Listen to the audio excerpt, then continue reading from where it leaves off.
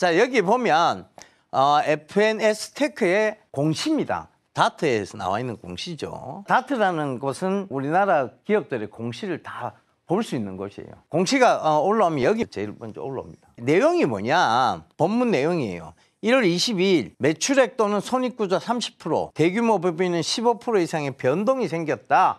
FNS 테크라는 회사가. 자, 이 회사는 지금 매출액은 128%가 늘었어요. 직전 사업연도에 비해서. 영업이익 285%가 늘었어요. 사업이익, 법인세 비용 차감 전입니다. 796%가 늘었어요. 그다음 당기순이익 833%가 늘었습니다. 와, 어닝 서프라이즈예요. 이 지금 경기가 이렇게 안 좋은데 도대체 어떤 회사길래 이렇게 어닝 서프라이즈를 기록했지? 라고 이제 FNS 테크를 가만히 안에 들여다보니 이게 유리기판 만드는 회사예요. 디스플레이에도 관련돼 있고, 지금 이 유리기판이 왜 핫해졌느냐? 반도체 때문이죠. 반도체 보면 유기기판이라고 있어요. 유기기판이라고 해서 녹색의 플라스틱 소재잖아요. 유기기판은 그 위에다가 반도체들이 이렇게 올라가죠. 그게 이제 유기기판인데, 이 유기기판과 유리기판의 차이는 처리 속도라든가 이런 것에서 5배의 차이를 보입니다. 유리기판이 훨씬 좋습니다. 그럼 전력 소모라든가 이런 부분은요, 유리기판이 2배 정도 좋습니다. 자, 그러다 보니 반도체, 특히 HBM, 발열이라든가 이런 것들이 이제 문제가 될 수 있는 초광대역 메모리잖아요. 그죠? 왜 유리기판을 안 쓰겠어요? 바로 이것 때문에 지금 최근에 유리기판의 성장성이 보여서 유리기판 변동이 생기기 시작한 겁니다. 그럼 그 변동이 단발성이야. 아유, 그게 언제까지 갈 것 같아? 라고 생각하십니까? 아니죠. 자, HBM에 대한 수요는 계속해서 늘어날 것이라고 전망되고 있습니다. 우리가 상식적으로 생각해도 그렇잖아요. 왜? 지금 모든 것은 뭐의 시대로 들어갔어요? AI 시대로 들어간 거잖아요. 의료, 방산, 팩토리, 모든 영역에서의 AI가 어떤 핵심이 되고 있어요. 그러면 HBM의 수요는 계속해서 더 늘어날 것인데, 거기에 따라서 유리기판의 수요도 같이 늘어날 것이다. 기대감이 생길 것이다. 지금도 실적이 이렇게 증가했는데 앞으로는 더 증가할 것이다라는 게 보일 겁니다. 그죠? 그러면 시장은 지금 안 좋아요. 이 업황은 굉장히 좋습니다. 자, 주가도 안 좋아요, 지금. 왜? 시장이 죽어 있으니까. 좋다고 볼 수 없는 상황에 있습니다. 그럼 이건 뭐라고 얘기했죠? 찬스라고 얘기했죠. 우리가 지금까지 배웠던 것으로 적용을 해보자고요.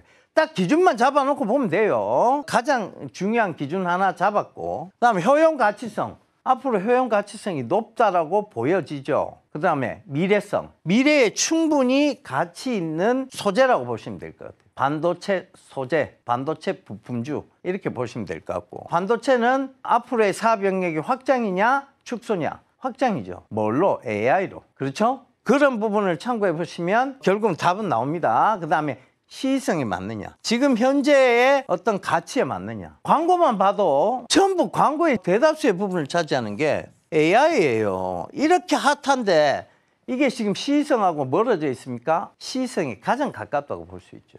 방향성. 자, 어제 얘기 드렸죠. 방향성의 측면에서 변수는 체크할 필요가 없다. 변수는 체크할 필요 없어요. 방향성은 거래량과 뭐가 같이 동반된다고 했으면 주가의 움직임이 같이 동반되기 시작해요. 일정한 방향으로 실적 성장성과 같이 움직입니다. 자, 이 모든 정비례하는 지금까지 배운 기준점들을 보면 투자의 가치가 충분히 있죠.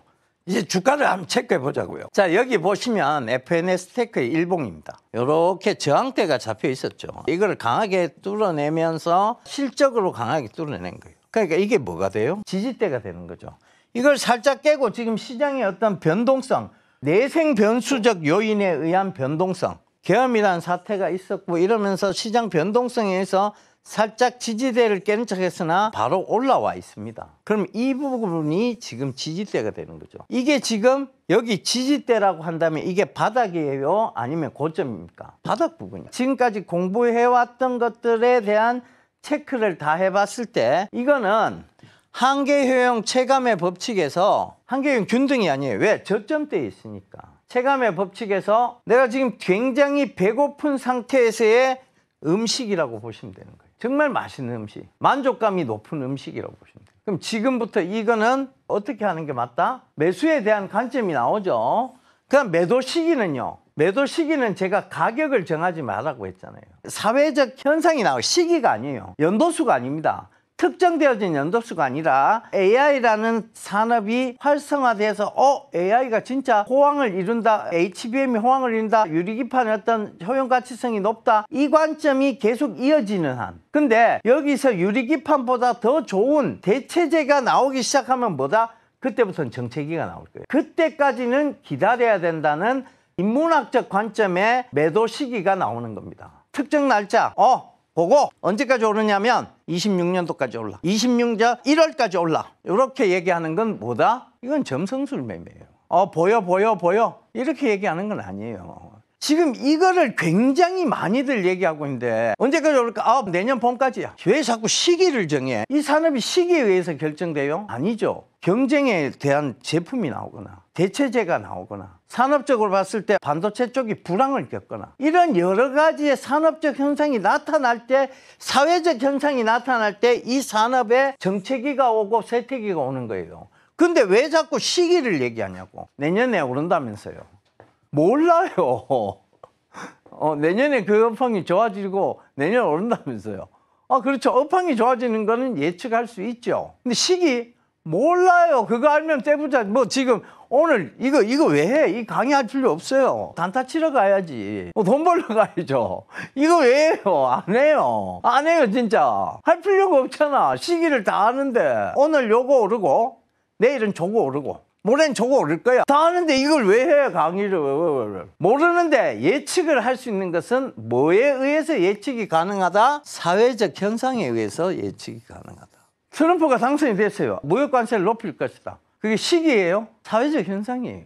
윤석열 대통령이 탄핵과 관련돼서 헌재에 재판을 받고 있다. 이거는 뭐다? 사회적 현상이에요. 이 사회적 현상이 주가에 어떤 영향을 미치느냐를 얘기하는 거지, 시기가 주가에 영향을 미치는 건 아니에요. 물론 일부 약간은 그런 게 있죠. 여름철 되면 빙과류가 올라간다든가 겨울에 보일러 관련주들이 올라간다든가 이런 시기적 부분이 있겠죠. 그럼 조류독감이 터졌다. 대체제인 육가공 중에서도 돼지고기 업체가 뜨고 있다. 수산물 주가가 올라가고 있다. 이건 뭐예요? 사회적 현상이에요. 어떤 사건에 의해서 발생되어지는 사회적인 현상을 얘기하는 겁니다. 주식은 대다수 이 사회적 현상에 의해서 주가의 방향성들이 정해지죠. 그럼 전체적으로 주식이 빠지고 전체적으로 주식이 오르는 것도 결국은 이 사회적 현상이 영향을 미치는 겁니다. 이제 이렇게 놓고 보면 시기에 대한 부분도 어느 정도 매수 시기와 매도 시기에 대한 부분들이 온다 감 온다 이런 점성술이 아니라 사회적 현상에 의해서 내가 그 시기를 어느 정도 짐작해 가면서 거기에 따라서 매도 전략을 세워야 되겠다, 매수 전략을 세워야 되겠다가 나오는 것이죠. 요게 이해가 돼야 돼요. 어떤 기도 매매, 점성술식 매매 방식이 절대 취하면 안 된다는 정말 핵심적인 얘기입니다. 아시겠죠? 지금 우리가 이 보는 차트에서의 지지선과 저항선에 대한 얘기는 보조지표일 뿐이에요.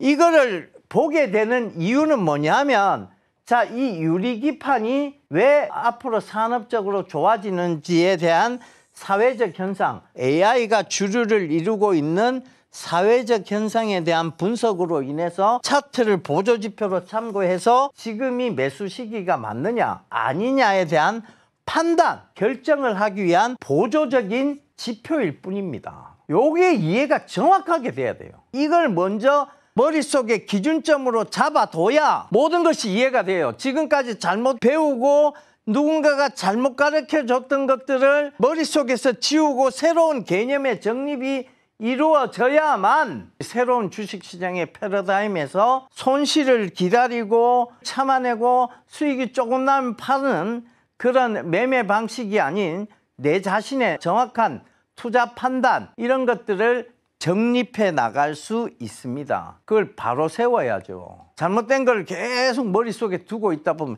제일 먼저 펼쳐놓고 차트 보고 매도, 데드크로스 매도, 볼린저 밴드 상단 매도, 이러면 수익이 어떻게 나요? 계속 팔아야 될 자리대인데. 자꾸 이거 먼저 펼쳐놓고 얘기하다 보니 이런 사회적 현상은 뒷전이 된다는 거죠.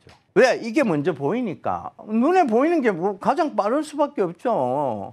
눈에 보이면 뭐 가장 빠르게 설명할 수 있어요. 이거 차트 펼쳐놓고 1시간 강의하라 해도 강의할 수 있어요. 그게 결국 후행 스팬 들고 얘기하는 것밖에 안 되잖아. 우리가 선행적인 측면에서 어떻게 해야 된다는 것을 가르쳐 주지는 못하잖아요. 근데 그거 들고 펼쳐놓고 백날 얘기해 본데 과거에 우리 집에 금송아지 있었다? 얘기하는 거는 뭐가 다른 얘기지? 똑같은 얘기예요. 주식은 결국 내가 돈을 벌기 위해서는 미래를 짐작하고 예측하고 미래의 사회적 현상을 이런 세상이 올 거야 라는 것을 볼 수 있어야 됩니다. 첫 번째, 제일 중요한 건 뭐냐? 관심 있는 거. 그 결국은 관심. 주식의 재료는 뭐냐? 내가 좋아하는 것, 내가 즐겨 입는 것, 내 주위에 많이 지금 애들이 하고 있는 것, 이런 모든 것들이 주식의 재료가 될 수 있어요. 그 다음 단계가 뭐예요?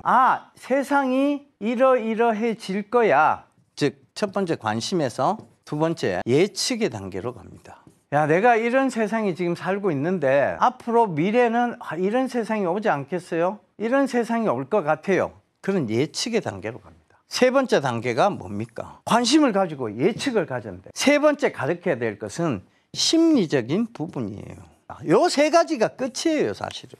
이게 핵심입니다. 꼭 좀 기억하세요. 자, 다음 화면 볼게요.